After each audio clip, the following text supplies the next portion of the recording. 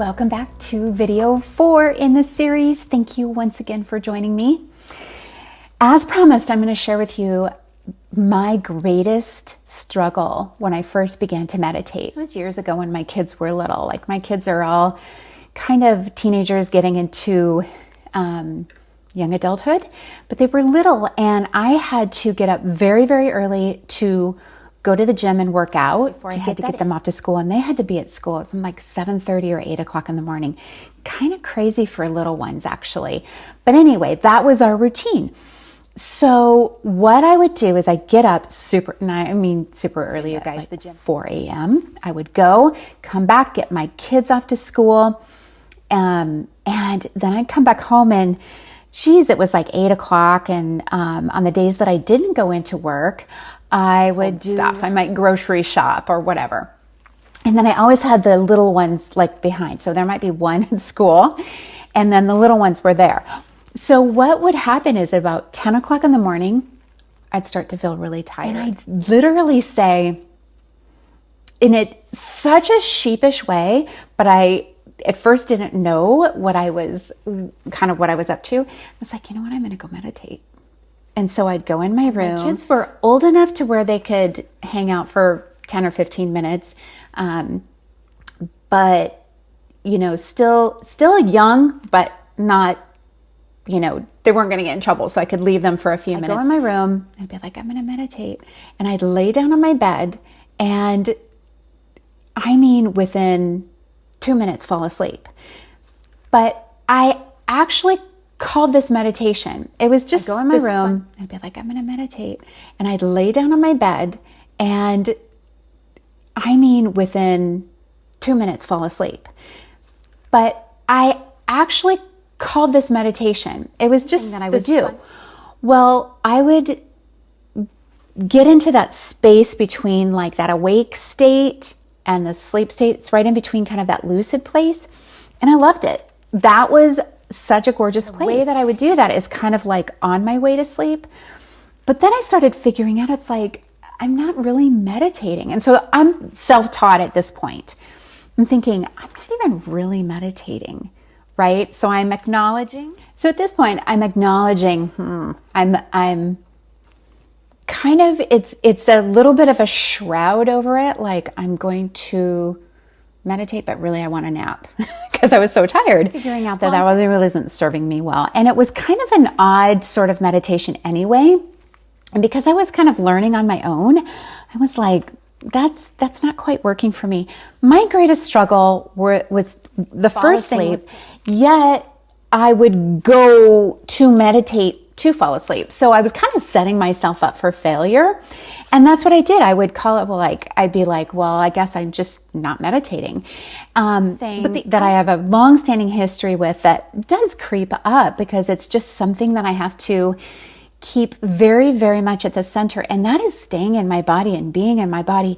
And it's why I am the way I teach is to stay in your body and anchor in your breath, because then for sure, you're in the present moment.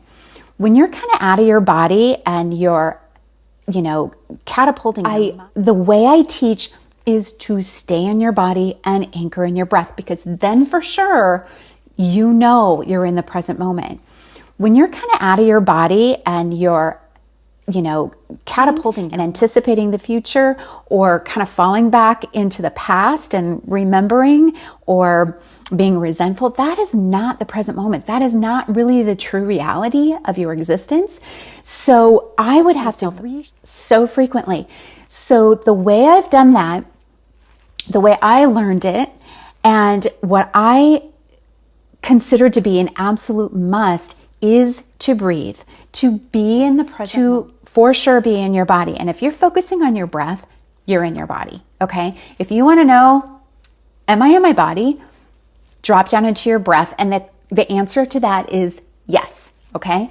If you're in your body and you're like, you might not be. And what I mean by not in your body, or I wasn't in my body, is that I wasn't in the present moment. It's like my mind would be just catapulting and kind of volleying between the future and the past. And this is so common.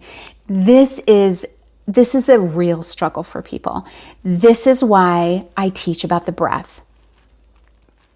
So teaching about the breath is, yes, to shift the nervous system. It is the fastest, most accessible way to shift your nervous system, and is the fastest, most accessible way for you to be sure that you're in the present moment. That's really, really important. The other part of mindful awareness is that non-judgmental piece. And I talked a little bit about that in the previous video. Now, what do you think would have happened had I just judged myself? Geez, I can't do this. I'm too tired. I always fall asleep, and I keep, hanging out in the future or dropping back to the past. I mean, I wouldn't have continued that. Part of my process was to just stay in the present moment. Just stay in the present moment. So when I say, how did I overcome that? Geez, it's like every moment, stay in the present moment. So do you ever really overcome that? I don't know. And I don't even know that that's important to answer. But the way that I strategize through that is when I am overwhelmed and I'm stay in the present moment. So do you ever really overcome that? I don't know. And I don't even know that that's important to answer. But the way that I strategize through that is when I am overwhelmed and I'm into the future, trying to anticipate all the things, or I'm living in the past going, I do not want that to happen again, right? We all kind of know that feeling. So when I'm doing that, I'm like, I begin to be into the future, trying to anticipate all the things, or I'm living in the past going, I do not want that to happen again, right? We all kind of know that feeling. So when I'm doing that, I'm like, I begin to be that I am not in the present moment.